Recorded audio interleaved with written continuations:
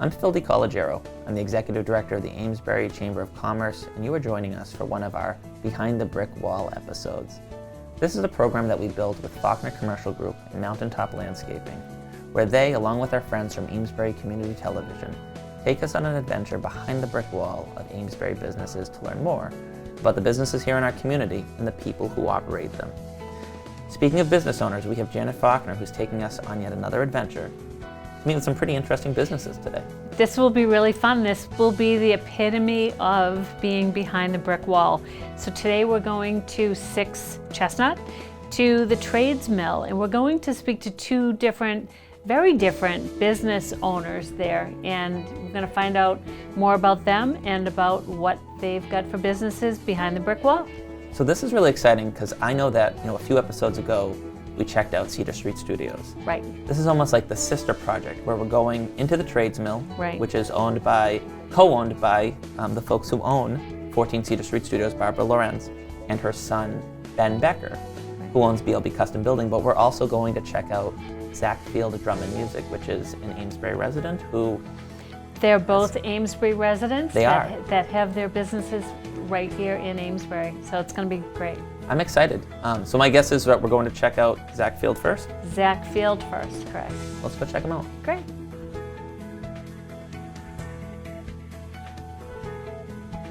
Well, we're here with Zach at Zach Field Drums and Music, and thanks so much, Zach, for taking the time to sit and chat a little bit about your business. One of the first things that people are going to ask is, how did you come up with this business? It's a great question. Thanks for being here. I started playing drums when I was 4 years old. My aunt gave me a Muppets drum set, and that's it. I played drums all growing up, took some lessons, went to UMass Lowell for music performance as a percussion major, and then after that, I grew up in Merrimack and went through the Pentucket school system, and so the fine arts director there was a dear friend of mine, and I told her that one of my goals in life after I graduate college is I'm going to come back and create a program there. Great. And so I started teaching drums there on a Saturday morning, and then that grew to a full-time position, 4th grade through 12th, teaching percussion ensembles, and then all of those students wanted private drum set lessons. So I would drive to their houses in the afternoon into the evening throughout the district, teaching them drum lessons. Yeah. And then I ended up renting one teeny little room off of a family friend in West Newbury, where they started coming to me. And then I expanded to another space in West Newbury that was a pool house, but there was no pool, and I would shovel a pathway through the yard, and that's when I hired my first teacher, who is still with me now, 20 years later. Wow. And then expanded into Newburyport, into the industrial park, just teaching drums. And then after that, we ended up in the tannery, where we've been for, I don't know, I've lost track. About 20 years, Yeah, I about think, 20 right? or so, and for the drum school there, and then we expanded by taking over the musical suite, which was in that building for 25 years, and added our second location here in Amesbury. And what made you come to Amesbury? What's your connection here with Amesbury? I grew up in Merrimack. My family and I, my wife and our 9-year-old daughter, live here. And so you live in Amesbury? We live in Amesbury, yep. And growing up, I never really ventured over into Newburyport. I always kind of stayed on this side of the river, and then I realized, not many people are coming over to Newburyport for lessons. And then I got to know my daughter's classmates and the community a little more, and I said, wow, I feel like there's a need for, some music lessons here. And so that's what we did. So that's how you got to Amesbury. Yep, it's great. So how long have you had this particular space? So we've been in here at the Trades Mill for a little over 2 years now. 2 years already? Yep, 2 years. And how many, tell us about how this is working for you. How many students do you have? And what types? Yeah, what types so of classes? Between the two in Newburyport and Amesbury, we have almost 600 weekly students. We have 30 teachers, give or take. And we teach every instrument, drums, piano, guitar, voice, strings, brass, you name it, we teach every instrument. Everybody who works for us pretty much all have music degrees, which doesn't matter, but that's what we like to do. And the number one thing that we do when we're hiring and bringing people on is the number one thing is being able to communicate well. And we're mentors for our students first, and then the music comes after. We'd like to be role models for everybody. And the ages range from 3. That was my next question. Yeah, we have 3 to 5-year-old group classes. Wow. And that's rhythm, learning how to share, things like that. And then after that, we have group classes for drum sets, which that's what this room is for. So like 6, 7, 8, 9-year-olds will come in here and use a method from a software that we've developed, and we project it on the wall. And then it just goes all the way up. We have a ton of adults who come in and take part of our Adult Flex program, whether they've played a brass instrument when they were younger and haven't played forever, or maybe they've always wanted to play piano and it's on their bucket list. So we have a great Adult Flex program. But tell us what that Flex program is. Yeah, so for adults, we understand that they have other things going on in their lives. So, you book a lesson time. So say Tuesdays at 3 o'clock or 5 o'clock or 8 o'clock, whatever it's going to be. That's your weekly time. And then if you know you can't make it, you give us 24 hours notice and you don't get charged for the lesson. When you come to the lesson, you just get charged, after that lesson. As opposed to our school age kids, we're a little more strict. It's an auto pay at the beginning of the month. You're responsible for that lesson, whether you're there or not, basically. But we try to make it as flexible as we can. And when adults call, they're very nervous. They're usually like, I hope I'm not the only adult. It's gonna be me and a bunch of kids. We have so many adults who do lessons, and it's great. And for the adults, it's a little bit different. It's more of, hey, like, what do you want to do? What does music mean to you? Some people want to learn as adults music theory, or some just want to learn how to play and not get bogged down by any of the theory. So it's a different style of teaching. And of course, we have kids who are heading off to college for music, so we prepare them, or we just have people here who don't want to be crazy like me and go into the field of music and just want to learn how to love music and play it. So it's a variety. That's great. Yep. Great. Yep. What would you say your mix is between adults and children? Way more. I would say probably 85% are children. Yeah. And and we have a lot of the plan for the adults is we're going to start doing some adult-only recitals, because we would do recitals in the past. We do recitals, but it's kind of weird when there's 20 kids and then one adult. The adult feels weird, so I've been warning all the adults that, hey, get ready, we're going to do an adult recital, and that'll be a fun hang. Now, speaking of recitals, when I walked in, I saw that there's a lot of building happening out there. Yep. So tell us about the new Performance Center. Yep, so across the hall from our Amesbury studio here, we're building a recital space, a performance space, an event space where all of our students can have their recitals. We'll be able to, we have different rock bands and things like that, so they'll be able to perform in there. It's going to be a gathering space for students and kids if they want to write music together. Just, a fun, safe place for all of our students, first and foremost. And we'll plan on bringing in well-known drummers or guitarists or pianists to do clinics for all of our students and for the community. Bring in semi-national acts, because we'll be able to seat around 150 or so people in there. We'll have a full sound system. Wow. And then birthday parties. We do like kid birthday parties. We do adult drumming for fun. And then just an event space if people want to come in and rent the space for business meetings. Wow, I had no idea that all of that was going to be out there. Yep. And how many people can you accommodate? You can accommodate, if there are tables and chairs, you can accommodate around 75. Standing is 200-ish, and then with seats around 150 or so, 160. And then there'll be a movable stage and lights and projector with a screen. We also have a nonprofit that we're getting ready to launch. We'll have fundraisers in there. And the nonprofit, tell us about that. The nonprofit's going to offer lessons. We already offer lessons to students who can't afford it. Basically, we have some families who will choose to donate a little extra money with their lessons, and then we reach out to students and social workers in the community to find these folks in need, bring them in, and their lessons are 100% covered under what we're doing That's now. So the great. plan is to make it a little more official, have a nonprofit. We can, generate more money and just have a larger outreach. So I look forward to using that space to do some more fundraisers and stuff. That's terrific. Thanks. How do people find you? Are you on Facebook? Are you on Instagram? Yep. How do they find you to get more information? Website, Zach Field Drums and Music. Social media, Facebook, Instagram, we're there. Now, I also met your lovely wife. Yes. When I came in. So, Yep. What's her role? Yeah. What does she do?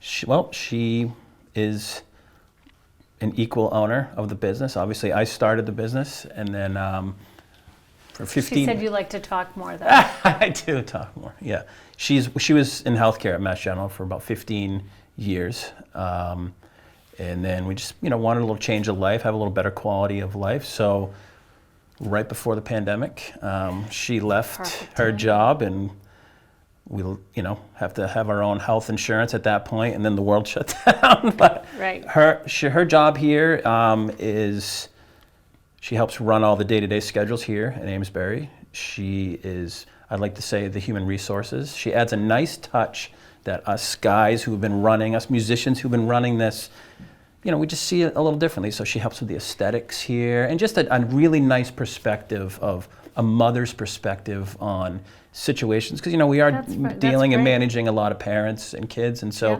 it's a nice, fresh outlook and face to the Great. business. Adds a little balance. It's awesome. Yeah, Good. that's good. Is she a musician as well? Well, she says she isn't, but Yeah. she actually does drum lessons here with one of our teachers, and she's an excellent drummer. She needs to practice more. And she plays some steel drums. She loves music, and she's ridiculous at karaoke. So, yeah. And your daughter plays a bunch of different instruments too. So Yep. what does she play? Yep, she's 9. She plays piano, does piano lessons, ukulele, a little bit of bass. She loves to sing, and does some electronic music as well. Yep, she's grown up around, and she plays drums, obviously. She's grown up around it And since. what was your first instrument? I'm The a drum. drums? I'm The- straight oh, up. yeah, yeah. a Muppets drum Oh, set. Muppets drum set. Yeah, exactly. Do you still have it? I don't. I wish I did. I wish I did. It's probably worth something Oh, right now. 100%. Yeah. I think that was about it on the questions that I had. It's been really great. I know there was something else as you were speaking that I Yeah. was going to ask you, so I know I'll think of it. Pandemic, probably how we after. handled Well, that. that was actually maybe? something you were talking about. How you started this right before the Yeah. pandemic, Yeah. and then you were kind of thrown that monkey wrench. So Yeah. how did Yeah. you handle that? It was challenging, very, very challenging. I'd like to say that we're happy and fortunate to be open, and I feel grateful for that, because I know many businesses didn't make it. It was scary. Personally, for us as a family, we had always been getting our health benefits through Sasha's work, my wife's work, and we had, so at this point now we were paying for our own health insurance. We were fully self-employed, so that was challenging. And you didn't know what to expect. Right. It was like bang, the world was shut down, Yeah. and it was just very, very scary. And then working together as husband and wife at home with a daughter who was being homeschooled, and it was very, very trying. But we put our heads down. And did your lessons go to Zoom, or Yeah. how did you do that? You did that? Yeah, for us, if you're just a one-off private teacher, you can easily switch because you're doing your own systems. But when you have 30 teachers and Right. payment processing and all this stuff, the systems are harder to change. So Yeah. what we did is, because we charge in advance for lessons, this was in the middle of March or so, and people Yeah. had already paid for March. So the first thing was we reached out to everybody and said, okay, we're obviously closed for the next 2 weeks. You've already paid for your lessons. Here are your options. We'll give you full credit to April, because we thought we were just going to be, bang, April, Short good to term, go. Yeah. Credit to 2 April. weeks to slow the spread. We can refund you, or if you want to just choose to keep the money here, we can pay our teachers for the 2 weeks off, and it'll help us keep our doors open. And we never asked for anything like that. And I have to say, the majority of the families said, hey, you know what? We want to do what's best for all of you. So we were able to pay all of our Right. teachers. It kept, a good chunk of the money in. And then we got everybody set up. We felt Skype was going to be the best situation. So we got all the teachers set up on Skype. We created all these Google Drives. And bang, we had to teach a lot of parents and kids like how to use Skype, and it was very hard to teach. It's hard to teach music remote. So we all learned a lot. And then this past, I kind of lost track of time, but I think this past September or whenever we went back in person, maybe it was before that. When we were allowed to, we kind of follow the schools and what they're doing, so we still have the kids wearing masks in here. So we have a good chunk of everybody in person now, and if somebody's sick, they have the choice to do remote.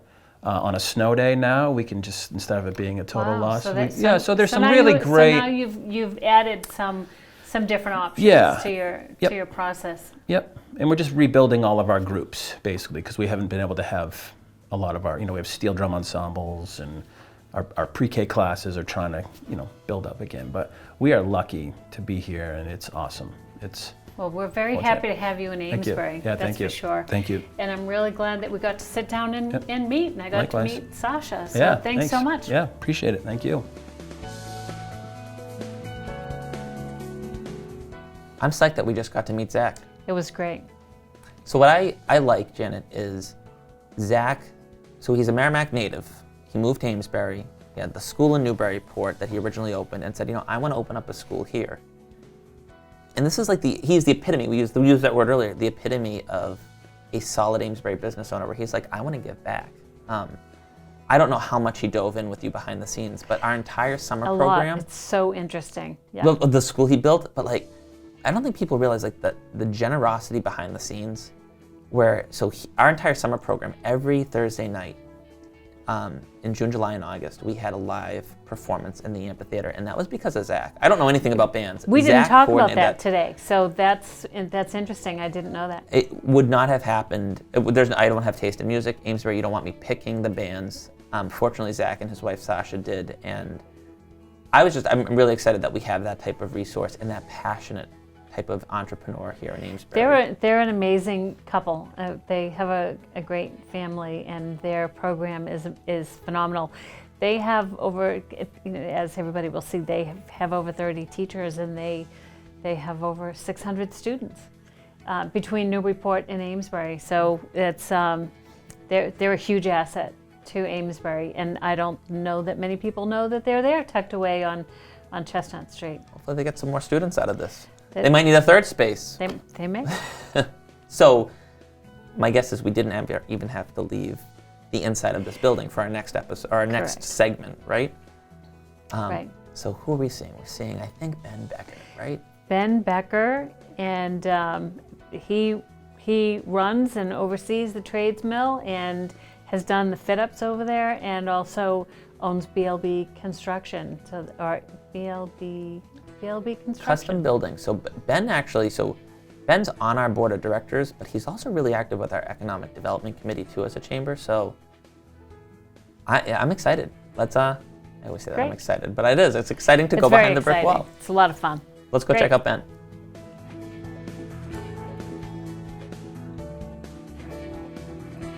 Well, here we are at the Trades Mill, 6 Chestnut, and I'm here with Ben Becker of BLB Custom Building. Yep.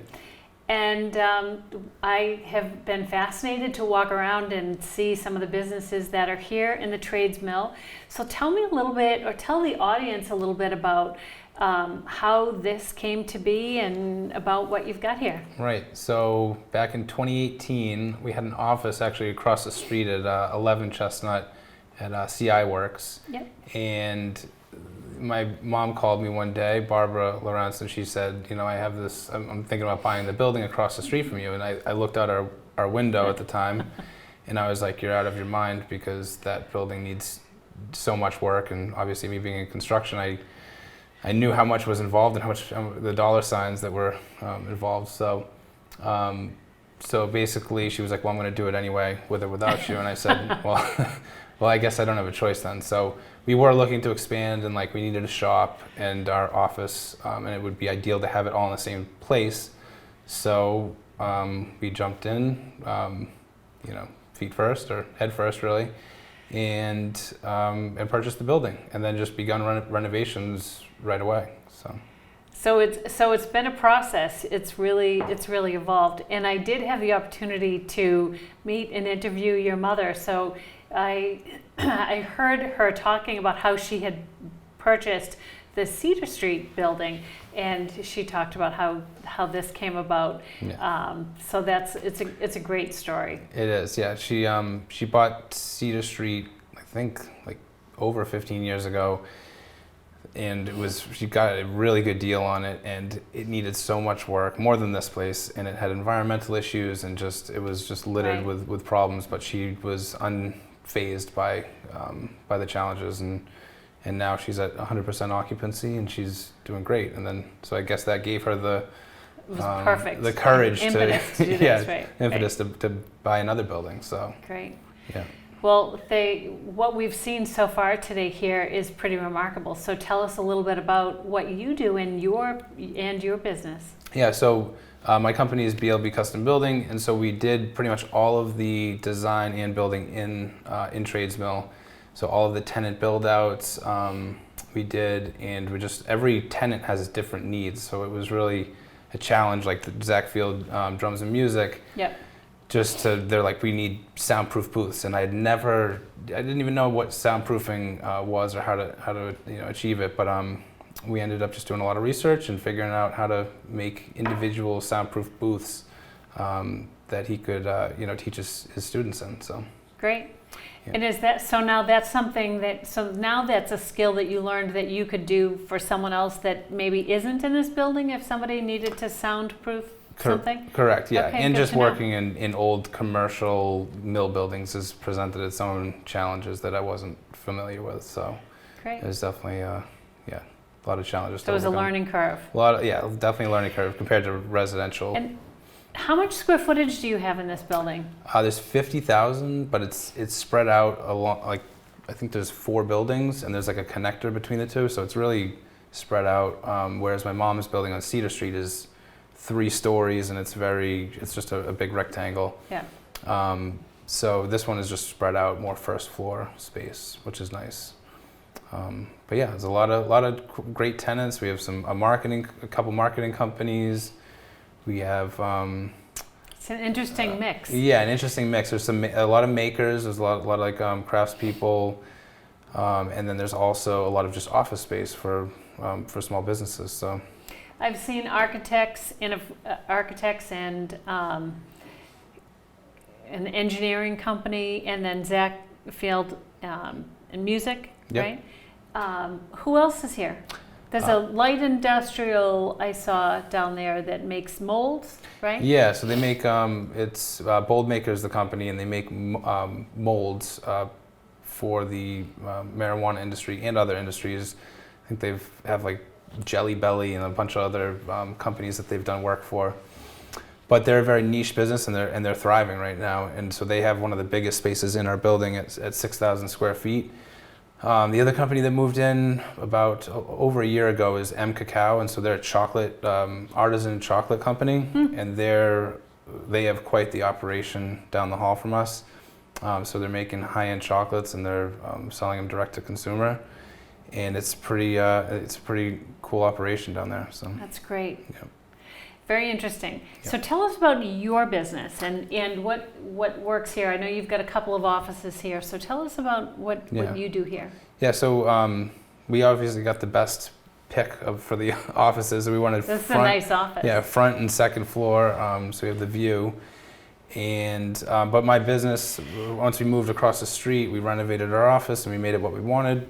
And it just houses me, my project manager Shelby, and my office manager Melissa, and then we have a bunch of guys in the field, carpenters and other site supers. So yeah, basically we do a lot of residential construction. We did the Amesbury Carriage Museum most recently, and that was a huge success and a really just a great project to be a part of with Merrimack Design and John Mayer, obviously from the ACM. So that was a great project. How long have you been in business, and how did you get started in being a builder? Right. So I've been in business for almost 10 years, and I got started because my dad has been a builder for 40 years, so I kind of was forced into it. And I went to college, and I was like, I'm never going to do construction. I'm going to get a college education and go find something else to do. But I fell back into it after college, and then I realized that I enjoyed it. But I also didn't have the same vision that my dad did, so I decided to start my own company. And I commandeered one of his vans, and a client gave me a little bit of a loan, and I was off to the races. So it was me and another guy, and now we have 8 full-time employees. So. Wow. When did you start that? It was 2012, so yeah. Now, how was your business affected by the pandemic? We've kind of been asking everybody that. It seems like every business had to maybe not necessarily reinvent themselves, but had to pivot. So what did you do? Well, we were lucky enough to get the PPP funds, so that definitely helped us. Because a lot of the clients that we were working for were working in their home, they're living there while we're renovating their house, and they didn't want us there for the 2 or 3 months. So we were really forced to find projects that didn't have homeowners living in them, ones that were outside projects, and also we had to switch up how we kind of our structure on how we are going to bill people, because materials shot up 300%. So it was. Wow, and it was impossible to quote a job one month, and then the next month it could be completely different because of the something you can't control. Yeah, didn't even think about that. Yeah. Yeah, so that was a huge factor, but we've come full circle, and we're doing good now. So. Great. Yeah. Great. So you're a member of the chamber. Yes. And how long have you been a member of the chamber? 3 years, I want to say, and I'm on the board of directors too, and so and that's been almost a year now. I've been on the board, so and it's been a great experience working with Phil. We obviously have a great director, so. I agree. Yeah. Great. Well, what are your customers? What's your customer base that isn't part of the trades mill? Do you do a lot outside of the trades mill now as well? Both commercial and residential? Yeah, it's mostly residential, and it's pretty much trades mill is like kind of a side hobby, if you will, and then like our main business focus is like residential remodeling, large additions, full home renovations. So that's our core focus, and then there's like this is just kind of a long-term investment, if you will. So. Great. Yeah. Well, it's been really interesting to see the whole mill here and how it has transformed. I've had seen it years ago, so it's really amazing to see it put. This is really the epitome of what we're trying to do with this behind the brick wall, because I don't think anybody has any idea. You're kind of tucked away back here, and it's just really fun to get in and really take a look and meet so many of the business owners. So absolutely, really appreciate you carving out time from your day to sit and very welcome. chat. It's been great. Thank you. That was pretty cool. That was really fun. Very interesting guy. So Ben Becker, he does a phenomenal job there. He's done he and his team, they've done a great job. Their offices are amazing. Beautiful. And all of the different businesses there, everything. They have architects there, they have engineers there, and they have light industrial. So it was really cool to walk through there and see what's there. But he's got a great operation. A chocolate maker is there. I mean, a pretty unique one. I mean, it's really cool. So this building, in fact, Zach Field, we went to see a little bit earlier, was the very first ribbon cutting that I did when I got hired by the chamber. And so it's been interesting for me, because I'm not from Amesbury, to watch the changes at this building. I mean, you've been here forever. You learned to swim at Lake Attitash, everything. Like, what was one of the neater things that you felt from the adventure today? Well, one of the things that Ben talked about was how when his mom, Barbara, mentioned that she was interested in buying that building, he had his offices across the way at CI Works over there on Chestnut Street, and he looked out and looked at the building and he said, you don't want to do that. In fact, I think he said, you're crazy, you don't want to do that. And Barbara, who I had the opportunity to get to know actually doing this series, she just went for it. And they've got over 50,000 square feet of space, and quite an eclectic collection of businesses in there, and it's phenomenal. And it really is a testament to all the reasons why people want to be in business in Amesbury.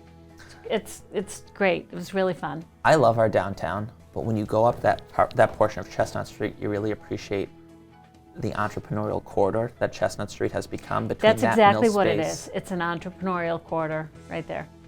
We'll Yep. coin that. That's, Behind the brick wall. Yeah. It certainly is. It's well, great. thank you. I mean, you're a trooper for doing this. You take us on this adventure all the time. It's so much fun. It really is fun. I'm glad. Well, Yeah. keep it fun. Yeah, I thoroughly enjoy it, and I've made a lot of new friends doing this, and met people that I hadn't met before or that I've known of, but I've gotten to know better. So it was great. And some of the businesses in there I've known for years, and some of them were totally new. So it's really an adventure. It was really fun. So thanks for the opportunity. No, well, I mean, you're creating this opportunity with Mountaintop Landscaping and Amesbury Community Television so that the viewers at home get to have the same experience you have. Yeah, and then check out and do business with those Amesbury businesses. If you want to learn the drums, the piano, definitely check out Zach Field Drum and Music. Yeah, that's. I'm excited. I'm glad that we got to dive into this, and I'm looking forward to our next program. Thanks very much. Thank you.